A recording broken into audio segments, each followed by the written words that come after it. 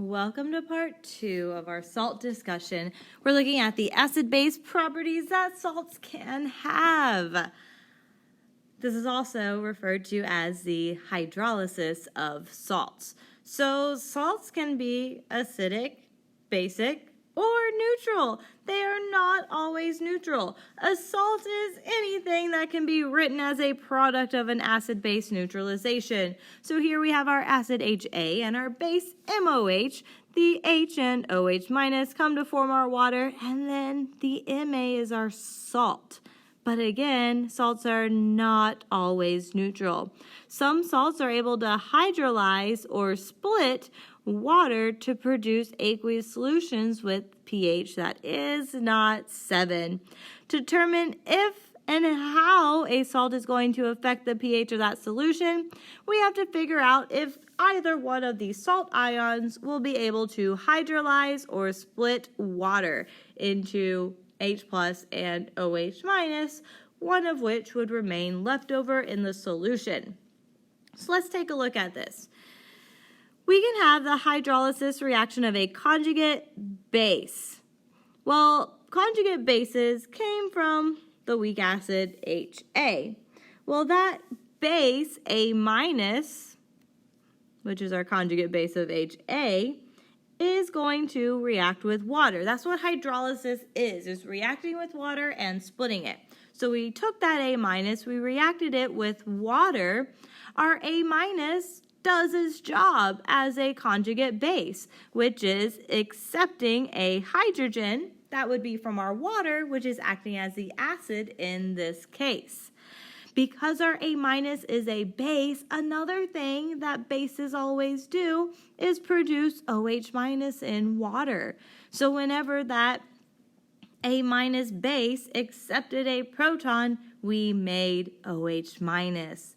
OH minus means that we're going to have a basic or alkaline solution with a pH greater than 7. Notice the other product is just our weak acid from which the conjugate base came. So essentially the exact opposite is true. If we're looking at the conjugate acid of our weak base, if our bases M, bases gain a proton, making our conjugate acid MH+. Well, acids donate a proton, so our MH plus is going to donate its proton to water, acting as the base to form H3O+. Well, that's another thing that acids always do. They donate a proton and they produce H+, making an acidic solution with a pH less than 7. Notice again that the other product is the weak base from which it came. So we just have a Bronsted-Lowry base acid-base reaction happening here. Well, we need to be able to tell if an ion is going to be able to hydrolyze water. So we need to first figure out our anion and our cation and take a look at those guys. If we're given an anion, we're going to add one hydrogen ion. That one hydrogen ion is going to get us to the to the acid that our anion came from, because that anion would be a conjugate base. When we add that H+, if it makes a strong acids can't hydrolyze water, or the conjugate of your strong acid can't hydrolyze water because it itself is weaker than water. If our conjugate, once we add that H+, makes a weak acid, then yes, our ion is able to hydrolyze water because the conjugate of weak acid is stronger than water. We're going to do the same sort of thing if we have a cation. However, cations are our conjugate acid or possible acidic ion for our salt there. We're going to add OH minuses as needed. So maybe like something like aluminum, which has a 3+ charge, we would need to add 3 hydroxides. The only exception to that is if our cation is ammonia. Well, ammonium came from the weak base ammonia, NH3. So that is a very common exception that you will see. Again, we're going to ask ourselves if that was from strong base or weak base. Strong things are not going, or the ions from our strong bases are not going to hydrolyze water. Their conjugate of a strong base is weaker than water. And again, if our conjugate is a weak base, then yes, we're going to hydrolyze water. The conjugates from a weak base are stronger than water, so they're going to be able to split it. So let's practice this a bit. In the first one, we have HCO3 minus. Well, that's an anion, so we're going to add 1H plus. That gives us H2CO3. Well, H2CO3 is a weak acid. Since H2CO3 is a weak acid, our HCO3 minus is in fact going to be able to hydrolyze water. So let's take a look at that reaction. Well, it's our HCO3 minus ion that would be able to hydrolyze or split water. We're going to have to react it with water. Well, if we react it with water, since HCO3 minus is the conjugate base of our carbonic acid, it's going to accept a hydrogen from that water to form the carbonic acid, weak acid that we just saw here. Well, if water donates a proton, we're also going to end up with OH minus. That's going to give us a basic solution here because we produced OH minus, and that's what basic things do. They produce OH minus in water. So let's take a look at NH4+. NH4+ is a cation, so we need to add hydroxide. But wait, this is an exception. NH4+ came from the weak base ammonia. Since ammonium came from the weak base ammonia, yes, we're going to have hydrolysis here. So we're going to start with that ion and write our reaction to see how it splits apart our water. Well, NH4+ came from a weak base, so it must be a conjugate acid. Acids donate protons, so NH4+ is going to donate a proton and become NH3. And when water gains that proton, it's going to become H3O+. We made H3O+. This is an acidic solution. NH4+ must be an acidic salt. Okay, last one. Let's look at NO3-. It's an anion, so we need to add 1H+ ion, which will give us HNO3. Well, HNO3, nitric acid, that's one of our strong acids. Strong acids are not going to be able, or I guess the conjugate of a strong acid is not going to be able to hydrolyze our water. So let's take a little bit closer look at how to recognize a salt and whether it's acidic, basic, or neutral. In chemistry, salts are neutral ionic compounds. Ionic compounds themselves are not acids or bases. However, one of the ions within it can act as an acid or a base. So, to recognize a salt, we need to figure out those commonly soluble cations. Maybe it has sodium or chlorine in it. So let's take a look at number 1 and figure out which of these are salts. Well, NH3. Right off the bat. That's something that we should immediately recognize as a base. We also need to know that it is a weak base. Well, NH4Cl, we got ammonium ions and chloride ions. Hey, that's a salt. H2PO4 minus. Well, that's just a single ion. That's not neutral. It can't be a salt. That is just a weak acid. Iron bromide, it's neutral. We got a metal and a non-metal ion. Yeah. NaOH minus, that's neutral as well. But this isn't a salt because it's a group 1 metal with hydroxide. Group 1's metal with hydroxides are strong bases. This guy has a charge. Ionic compounds are neutral. This is actually just going to be a weak acid. HCl, we should know right away, that's a strong acid. Sodium bicarbonate. We got one of those commonly soluble ions, sodium. It's with the polyatomic ion, hydrogen carbonate or bicarbonate. That's a salt as well.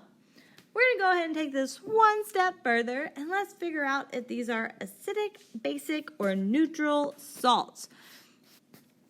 To figure out if these are acidic, basic, or neutral salts, we need to look at where they came from. The ammonium chloride, the ammonium ion, if we're looking at an acid-base neutralization reaction, would have come from the weak base, ammonia. And the Cl- ion would have come from the strong acid, HCl. If we have a strong acid plus a weak base, that's always going to form an acidic salt. The reason being, remember our strong can't go through hydrolysis, but our ion from the weak, the NH4+, is able to hydrolyze water, and it's going to form H3O+ when it does so, making that acidic solution. Let's take a look at FeBr2. First, we need to figure out where both parts came from. Well, iron must have come from iron hydroxide in terms of an acid-base neutralization. That's a weak base. HBr is where the Br- ion came from. That's a strong acid.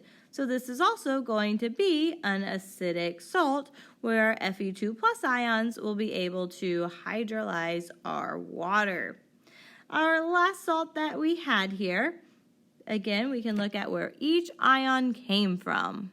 Sodium came from NaOH, which is a strong base, while that bicarbonate came from carbonic acid, which is a weak acid. Whenever we have a strong base, our ion from that, so in this case our sodium, is not going to hydrolyze water.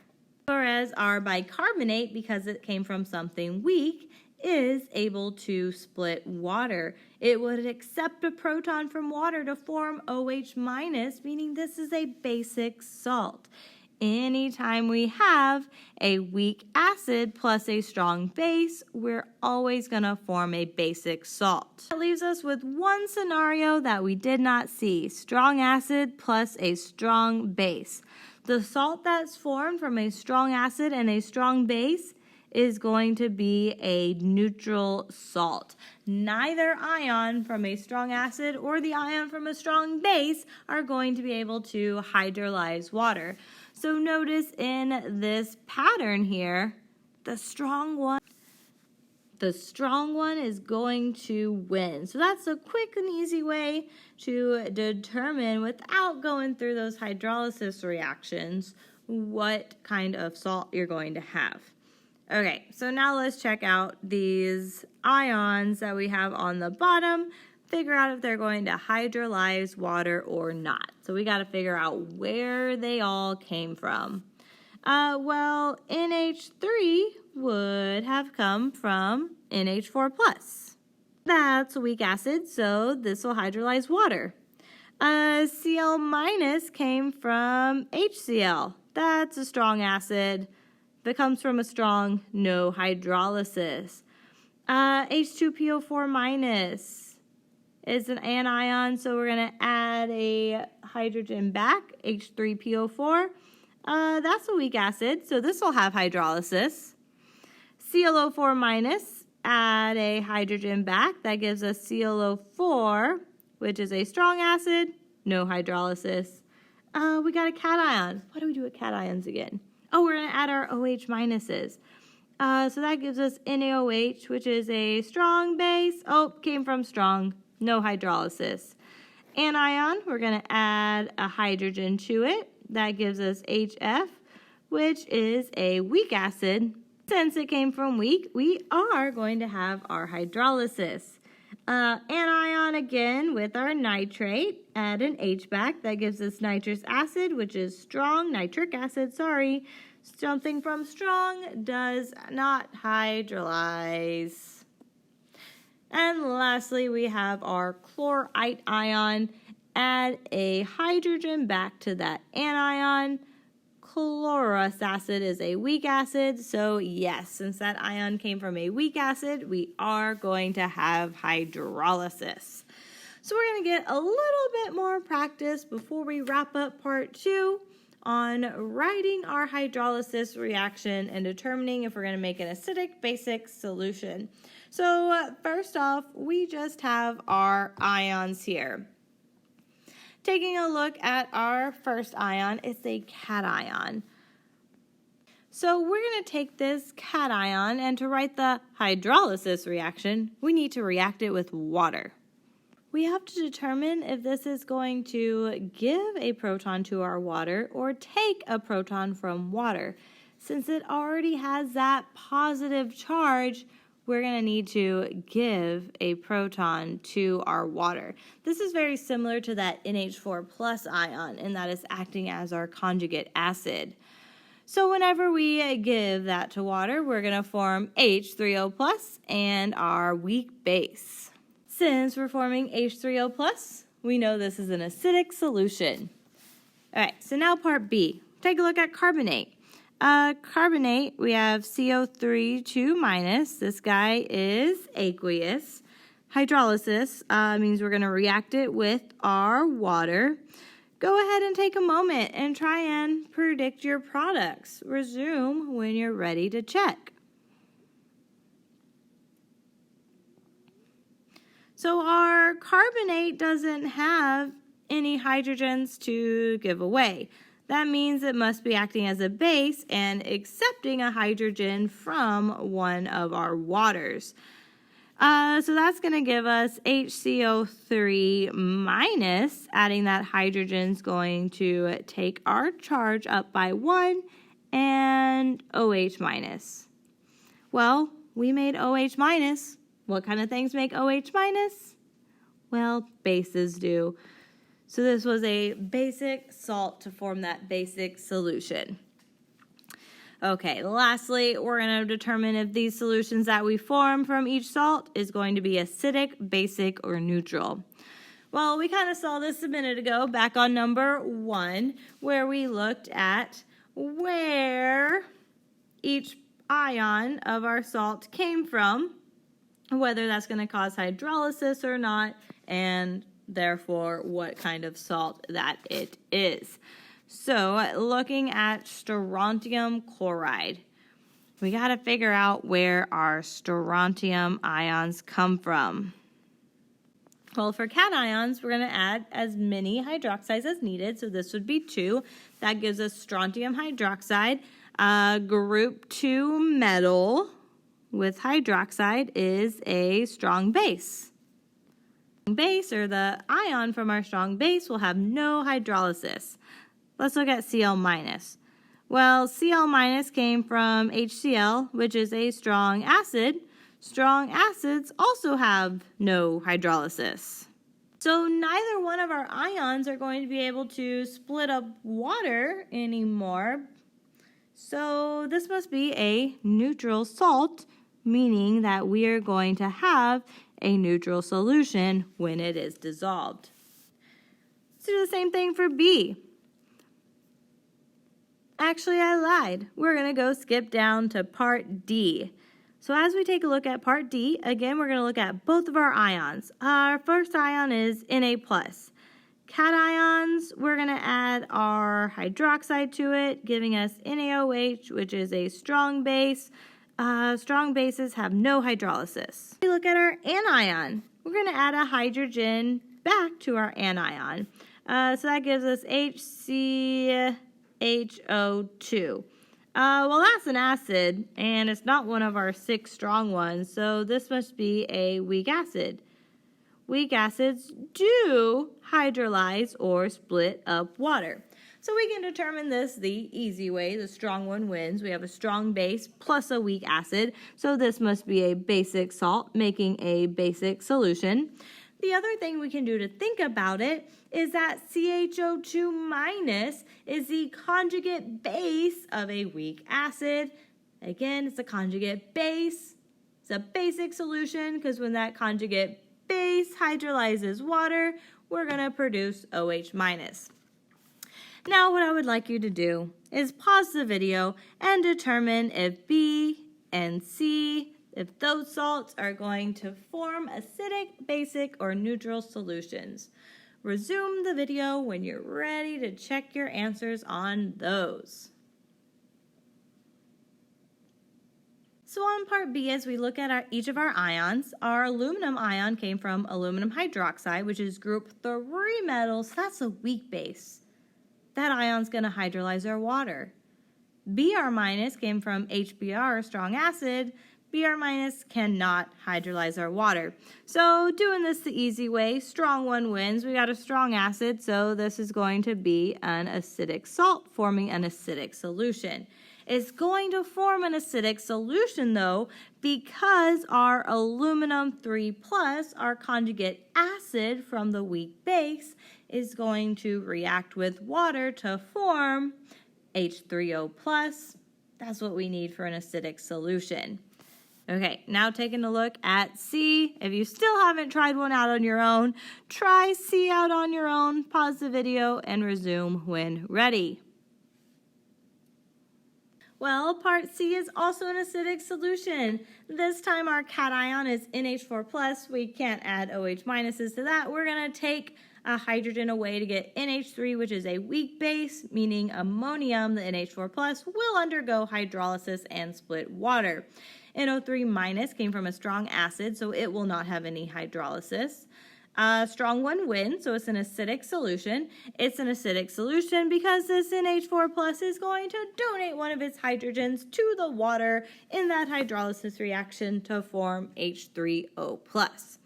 So as we move on to part 3, you will need to be able to determine if a salt is acidic, basic, or neutral, just like what we did here. So that is definitely some crucial information. Another super important thing for part 3, we have to be able to write those hydrolysis reactions.